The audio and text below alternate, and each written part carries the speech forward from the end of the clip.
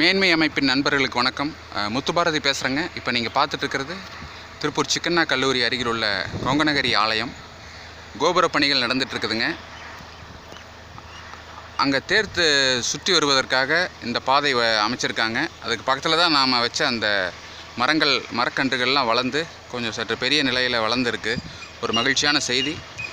தொடர்ந்து கொஞ்சம் பராமரிக்க வேண்டியிருக்கு. அதே போல் நீங்கள் பார்த்துட்ருக்கிறது அந்த தேர் சுற்றி வருவதற்கான பாதை அமைச்சிருக்காங்க. இந்த தேர் வரணுங்கிறக்காக அங்கேருந்து ஒரு கிணறு மூடியிருக்கிறாங்க.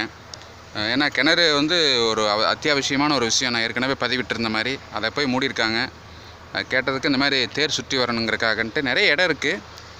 கிணறை தவிர்த்து மீதி இடங்களில் நல்ல அருமையான பாதை இருக்குது. கிணறு ரொம்ப ஓரமாக தான் இருந்துச்சு, அதை போய் மூடியிருக்காங்க. இப்போதைக்கு நீங்கள் பார்க்குறது தேர் சுற்றி வருவதற்காக அமைக்கப்பட்ட பாறை. இங்கிருந்த சின்ன சின்ன மேடுகளை எல்லாம் கொஞ்சம் சமன்படுத்தியிருக்கிறாங்க. இன்னும் முறையாக பண்ணல, இனிமேல் பண்ணுவாங்க.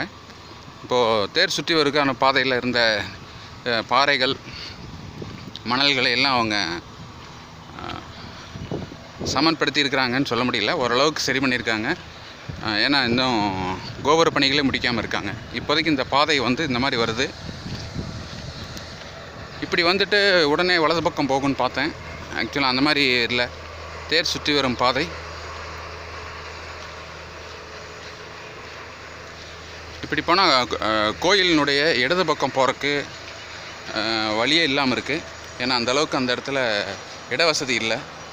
ஒருவேளை இது கீழே எவ்வளோ பெரிய கிட்டத்தட்ட 10-20 அடி பள்ளம் இருக்குது. அதை நிறைவேசாங்களா அல்லது இந்த பாதை இந்த இடத்துல மறுபடியும் கொஞ்சம் சரி பண்ணியிருக்கிறாங்க. இப்படி சுற்றி போய் கீழே போய் வர்ற மாதிரியும் ஒரு யோசனை பண்ணியிருக்கிறாங்கன்னு நினைக்கிறேன். தேர் சுற்றி வர்றது எப்படி வேணால் வரலாம் கோயிலை சுற்றி. அப்படி ஒரு வேளை இந்த பாதை வழியாக போய் அப்படி கீழே போய் தேர் நிலை அடைகிறதுக்கான வாய்ப்புகள் இருக்குது. இதை செஞ்சிட்ருக்குறாங்க. ஓரளவுக்கு இடங்கள் கொஞ்சம் தூய்மையாக பராமரிச்சிட்ருக்குறாங்க. அதில் நாம் வச்சு அந்த மரக்கன்றுகள் பராமரிக்கிறதுக்கு சம்மந்தமாக நம்ம ஒரு ஆலோசனை கூட்டம் போட்டு நம்ம ஏதாவது செய்வோம் அப்படிங்கிறது என்னுடைய ஒரு ஆலோசனை. வாய்ப்பு இருக்கிறவங்க கலந்துக்குங்க. நன்றி.